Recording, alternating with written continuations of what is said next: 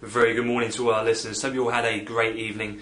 A quick recap then of some of the major themes which we've seen so far this morning. First of all, much of a continuation of what we saw late yesterday on Wall Street as Europe interpreted various press articles coming out of the national press here in the UK and mainland Europe in regard to the actual framework and the total amount of the size and capacity of the ESM and the EFSF, and headlines such as the amounts being able to bail out that of Spain and Italy have garnered some attention.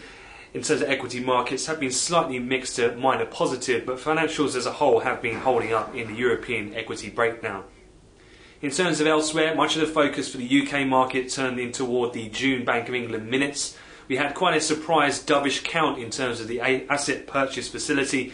It showed a count of 5-4 to keep it unchanged at 325, but the general market consensus was for only 2 people to call for further QE, but it was in fact 4, and it did include the Governor Mervyn King. We initially saw then an aggressive spike higher in the gilts and lower in terms of cable in the currency market. However, that was quickly paired.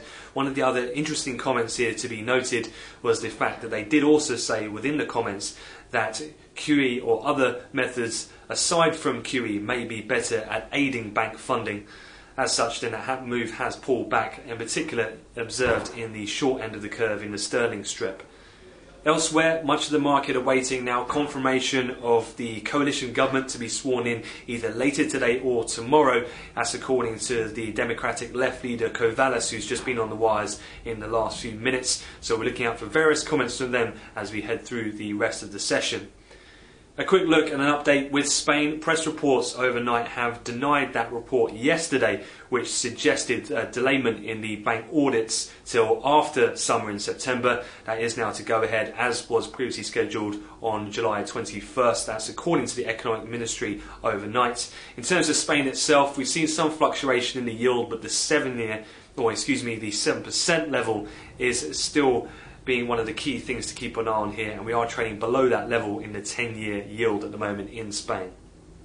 That concludes the opening wrap from me. Pretty light calendar overall for the rest of the session. Norwegian rate decision, that's due. Rates there expected to be maintained at 1.5%, and we'll also get the DOE oil inventory numbers as well later today. That's it for the moment though, so I wish you all a great trading day.